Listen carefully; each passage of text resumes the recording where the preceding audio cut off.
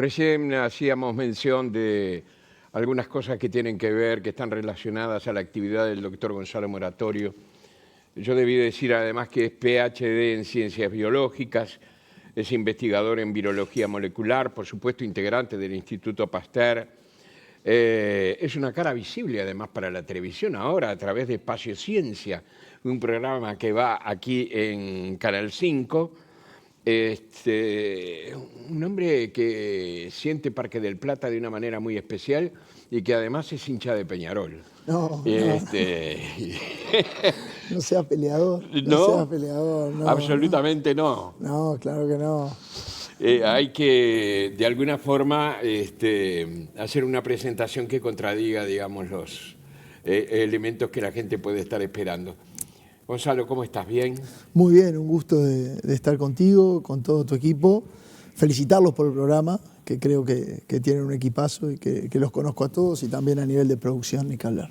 Te agradezco mucho. ¿La ciencia sabe menos de lo que ignora?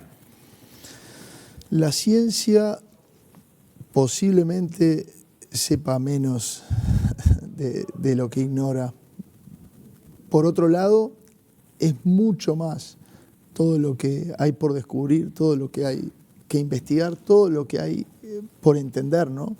Al final del día la ciencia es eso, es un vehículo que nos permite de alguna manera dejar de temer para poder entender muchos de los fenómenos a los cuales nos hacen el día a día o básicamente rigen en el mundo en el que vivimos. Claro. Estás en víspera de algo muy lindo, de una invitación realmente importante que has tenido, pero de eso vamos a hablar en un instante nada más. Decime, nosotros pensamos en lo científico, en cosas muy grandes, a veces enigmáticas, que nos resultan enigmáticas. Contanos, por ejemplo, qué vivimos cada uno de nosotros, los que estamos aquí en el piso, los que están viendo en este momento el programa. ¿Qué cosas de la ciencia, por ejemplo, reciben en su vida cotidiana? Que de pronto pueden ser muy sencillas, pero tienen un origen científico. Y yo diría que absolutamente todo lo que hacemos. Para empezar, estamos ahora dialogando cuando nos comunicamos, estamos hablando de física, de emisión de sonidos, cuando cocinamos, cuando nos movemos. Sí. Absolutamente todo lo que hacemos, la ciencia está ahí para explicar cada una de las actividades o más bien del funcionamiento inclusive del cuerpo humano, de la capacidad que tenemos para prestar atención o para distraernos en un mundo que cada vez la distracción está más y más a la orden del día, con las pantallas, el celular, los mismos algoritmos de las redes sociales, así que todo puede explicarse y todo es ciencia. Claro, uno a partir de eso puede pensar en una cantidad de cosas, pero hay algo que, mirando hacia el futuro, ¿no? Fundamentalmente, y precisamente de esas cosas de la vida cotidiana que recién hablábamos, ¿hay algo del futuro que te resulte increíble? De las diversas formas de mirar el futuro, las transformaciones que provocarán la ciencia y la tecnología. Por ejemplo, ya lo dijimos en este programa, hace poco, el año pasado más concretamente, se afirmaba que el ser humano está hecho para vivir 128 años. No más ni menos, 128 años. ¿Es imposible creer en esas cosas? Para nada. Para nada, todo lo contrario. O sea, claramente estamos en una era que es fascinante. ¿Qué es lo que me gustaría? Posiblemente es ver a la especie humana 200, 300 años en el futuro, pero hemos aprendido a hackear como si fuese una computadora, un sistema biológico, a poder alterar el código, los programas que de alguna manera hacen que nuestras células, que nuestros tejidos, hacen también que tengamos o no distintas enfermedades. Y cada vez que nos adentramos más en esa capacidad de jugar de cierto modo a ser Dios, ¿no? Sí, Vamos, por ejemplo, impactando en todo lo que es la senescencia, el envejecimiento, el entender cómo podemos alargar nuestra vida. Eso tiene muchos costos. Creo que la ciencia, al final del día, presenta muchos destinos que son utopías. Y entonces uno se pregunta, ¿para qué sirve una utopía? Si el horizonte es una utopía. Si yo camino 10 metros, el horizonte va a alejarse 10 metros. Pero al final del día, gracias a la ciencia y a plantearnos esos problemas que hoy pueden ser utópicos, nos permiten una cosa, que es caminar, tener un rumbo, más allá de que veamos que el mismo se va alejando a medida que nos acercamos, ¿no? ahora vamos en buena dirección. Hay quienes aseguran que el ser humano vive el momento más esplendoroso de su historia, el Homo sapiens, ¿no? Hay otros que dicen, no, vivimos en un mundo amenazante. Siempre lo fue, en realidad siempre lo fue. Y en el pasado debe haberlo sido mucho más, por supuesto, ¿no? Con nuestros antepasados. Ni que hablar, ni que hablar. Y si pensamos también hace 50 años, con la revolución informática y demás, creíamos que estábamos en ese momento del mundo, que hoy creemos que estamos con la posibilidad de editar o de cambiar o de cortar y pegar diferentes genes en genomas. Creo que estamos viviendo un momento único para lo que es la biotecnología, estamos viviendo un momento único para lo que son las tecnologías de información, y creo que el mundo de por sí es un lugar bastante complejo y lamentablemente, sí, amenazante, y que a título personal... Amenazante por nosotros mismos. Por nosotros mismos. A título personal creo que es lamentable la naturaleza del ser humano desde muchas ópticas, que básicamente parece de alguna manera condenado a extinguirse. Sí. Pero ahí entran otros elementos que tal vez la ciencia puede explicar, pero yo elijo que esos no los explique la ciencia, como es posiblemente el amor o el creer que algo puede ser posible. Y acá no estoy hablando de ningún tipo de religión, ni mucho menos, sino creer en el ser humano y en la capacidad que tiene el mismo para poder sobrellevar y lidiar en un mundo que lo vemos hoy con las guerras, lo vemos hoy con los desarrollos de armas biológicas, lo vemos hoy con lo que está pasando, lo que pasa en África todo el tiempo y no se dice, lo que pasa en Medio Oriente, sí. Ni que hablar, por ejemplo. Así que bueno, es cuestión de creer. ¿Seremos seres híbridos en el futuro? Existe la posibilidad, claramente. O sea... Ahora eso sería terrible, ¿no?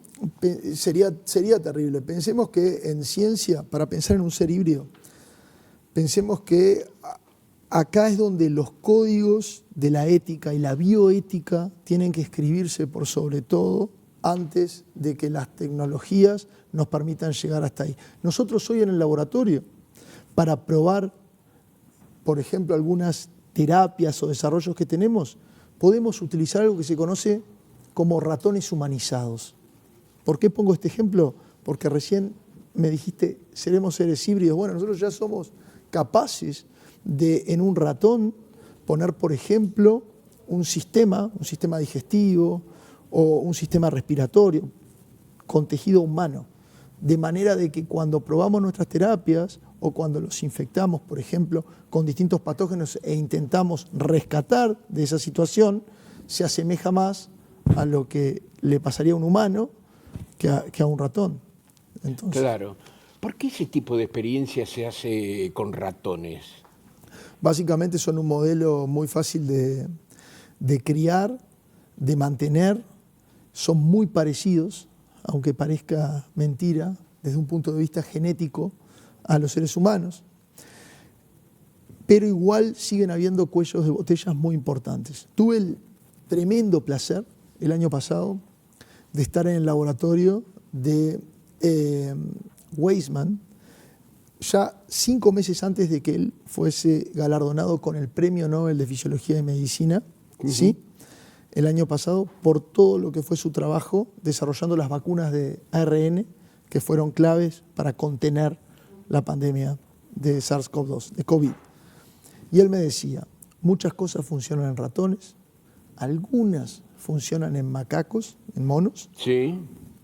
pocas funcionan en seres humanos. O sea, por más que tengamos esos modelos, fácil de manipular, de reproducir, de trabajar en el laboratorio, igual es muchísimo el camino que queda para poder llegar a algo que sea realmente efectivo en seres humanos. ¿Sabes que los otros días visité una librería y había juegos que se llamaban juegos científicos, decía la góndola, ¿no? ¿Apruebas esos juegos científicos o para los niños o...? Muchísimo. ¿Sí? Y si no, no estaría poniéndome la túnica del laboratorio y saliendo en un programa infantil todos los sábados por esta pantalla, por los medios públicos, intentando promover y difundir lo que es la ciencia. O sea que todo lo que sea la manera de llevar la ciencia, no tengo problema, como veíamos en la presentación recién. Si tengo que discutir con tomadores de decisiones, lo haré en el tono siempre muy respetuoso, pero tan riguroso como crea que deba ser esa discusión. Si tengo que hablar con quien está atendiendo la carnicería del barrio o el almacén, lo haré. Y si tengo que agacharme un poquito y recordar cuando era niño y todo eso que me cautivó y que me llevó a ser científico, también lo voy a hacer. Los juegos científicos en una librería, y yo se los regalo muchísimo a mis sobrinas, por ejemplo, y me siento con ellas a jugar, con química, les encanta. Qué bueno. Hablas del fútbol que ha sido muy importante para vos, pero no el fútbol ya no solamente como juego, es decir, como protagonista, sino que hablas del fútbol como si fuera una ciencia blanda tal vez, pero una ciencia al fin. ¿En qué comparás el fútbol con la ciencia? En que creo que todas las personas que jugamos a deportes colectivos, y acá en el Uruguay, en el mundo, el fútbol es único en ese sentido, puede entender realmente a través de ese tipo de actividad cuando uno puede festejar el éxito del compañero como propio. Sí. El entender o el llevar un grupo durante muchos años, dirigí en la liga universitaria, jugué en la liga universitaria en distintos cuadros, dirigí chiquilines, dirigí mayores, e intento promover algunos de los valores de lo que es el juego en equipo y realmente ser solidario y el darse por el compañero, por la compañera, en el laboratorio. Uh-huh. ¿Qué aprendiste en Europa cuando viviste allí? ¿Qué aprendiste en California, Estados Unidos, cuando estuviste allí también? Ese fue en California, Estados Unidos, fue el punto de inflexión. Fue por primera vez, me acuerdo de ir a charlas y escuchar a premios Nobel. En ese momento Andy Fire, quien había sido premio Nobel por el RNA interferencia, esto la audiencia no va a entender nada de esto, pero para nada más citarlo. Pero luego ahí descubrí qué tipo de ciencia quería hacer, qué tipo de virología quería hacer. Por eso, posteriormente, me moví a París, en donde estuve 6 años y siempre pensando o anhelando el asado de tira, el Parque del Plata, los amigos y el sol. El sol brutal. Sí. Es todo mentira. Las fotos, con todo respeto. En París encontrar el sol es una bendición. Todas las postales te van a mostrar la Torre Eiffel con el sol atrás, pero la verdad es que es tan gris y llueve tanto o más que en Londres. Sí. Pero en París, en el Instituto Pasteur de París, del cual salieron 10 premios Nobel, tuve la posibilidad de definitivamente ponerle alas a mis ideas, poder llevar esos sueños, que es importante decir. Todos decimos muchas veces que hay que soñar en cualquier ámbito de la vida, que nos desarrollemos o que estemos haciendo. Pero más importante que soñar y fundamental para poder soñar es que tenés la oportunidad de soñar. Yo tuve la oportunidad de salir del Uruguay, de nacer en una familia de clase media, de que nunca me faltara nada. Entonces pude soñar. Y en París pude ponerle alas y soñar con qué tipo de ciencia quería hacer, para luego volver al Uruguay e intentar impactar desde la Universidad de la República, la Facultad de Ciencias, el Instituto Pasteur, a un montón de jóvenes, y muchos de ellos me alegra mucho que son primera generación de profesionales universitarios, para que tengan la oportunidad también de salir y de soñar. Claro. Y ahora, ¿qué soñás que fuiste invitado junto a 15 también, ¿cómo decirlo? Quiero decirles lo siguiente, la Universidad de Yale invita anualmente a 16 líderes en distintas disciplinas, políticas, ciencia, comunicación, inteligencia artificial, tecnología, etcétera, etcétera. Bueno, este año, entre los 16, está este señor que me acompaña ahora. ¿Qué sueño llevas a la Universidad de Yale? Primero, la alegría inmensa de poder establecer puentes y que esta estancia, ser uno de estos fellow internacionales o mundiales de Yale, entre muchísimas aplicaciones, más de 3.000, el poner al paisito, ¿no?, ahí presente. En nombre de Uruguay, claro. Y ni que hablar, desarrollar e impulsar un montón de proyectos para, por ejemplo, tener una capacidad de respuesta frente a agentes patógenos bastante más rápida de la que tenemos. Por ejemplo, lo estamos viendo hoy con los virus transmitidos por mosquitos, como es el dengue, el chikungunya, el Zika. Montevideo y el Uruguay tienen todo para tener una respuesta mucho más precisa y acorde, hacer un monitoreo en los mosquitos. Voy a hablar con referentes a nivel mundial de cómo se hace y qué es lo que hace para detectar qué virus está presente en cada mosquito, cómo georreferenciarlos en la ciudad, cómo avisarle a la población, pero por sobre todas las cosas seguir impulsando un sueño que es poder hacer vacunas, por ejemplo vacunas de ARN, y hoy tengo el gusto de decir que en nuestro laboratorio, Alicia Costabile, una postdoctorando muy exigente consigo misma y brillante, lo ha logrado para enfermedades que todavía no hay. Por supuesto, están en etapas preclínicas y como prueba de concepto o ciencia básica, pero intentar tender puentes, y creo que siempre después de una estancia de estas, uno genera la posibilidad de que mucha gente joven pueda ir a Yale, formarse, utilizar esa red y bueno, volver o no. A veces alguien ayuda siendo uruguayo, mucho más igual quedándose afuera. No creo que todos tengan que volver, eso es muy personal, pero seguir poniendo el Uruguay en un lugar en donde tiene todo para estar, que es un hub de innovación, de desarrollo científico, porque al final del día los países que realmente apuestan en esto son los que más impactan el índice de desarrollo humano. Ahora, ¿qué tenemos para eso, Gonzalo? Lo más difícil, que es los recursos humanos. Generar buenos científicos, generar buenas científicas, es algo que tenemos. Lo que necesitamos son políticas que promuevan, que apoyen y que entiendan que la ciencia, al igual, por ejemplo, que la economía, uno no se puede plantear ningún proyecto sin que financieramente sea redituable. Por lo tanto, es transversal a cualquier área. La ciencia debería ser transversal a cada ministerio, a cada actividad, a cada desarrollo que se esté haciendo en el país. ¿Por qué? Porque con la ciencia lo que vamos a hacer es mejorar significativamente los procesos, hacerlos más sustentables, hacerlos más innovadores, y eso va a impactar directamente en la mejora de la calidad de vida de nuestra sociedad, dándole más oportunidad principalmente a quienes más la necesiten también. Vas a aprender. Voy a aprender, siempre aprendo. Ahí está, eso te iba a preguntar. Siempre. En el mundo de hoy, ¿alguien puede decirlo, conozco todo, ya sé de mi especialidad, de lo que sea, de mi oficio, ya lo sé todo? Creo que ¿O el mundo nos ofrece la oportunidad todos los días de conocer algo nuevo? Todos los días de conocer algo nuevo, y creo que de la época de Aristóteles es que una persona podía tener todo el conocimiento que existía en el planeta. Sí. Después, ya poquito después, es inviable, es imposible, y por eso esos desarrollos científicos son generalmente trabajos de equipos. Hoy me pareció preciosa la presentación y la cara, pero yo soy la cara visible de un equipo que tengo la suerte de liderar, por ejemplo, junto a la doctora Pilar Moreno, que al final del día me hacen ser un gestor de talentos, y eso me hace la vida muy fácil. Claro. ¿Cuántos meses te vas? Me voy entre 5 y 6 meses. Bien.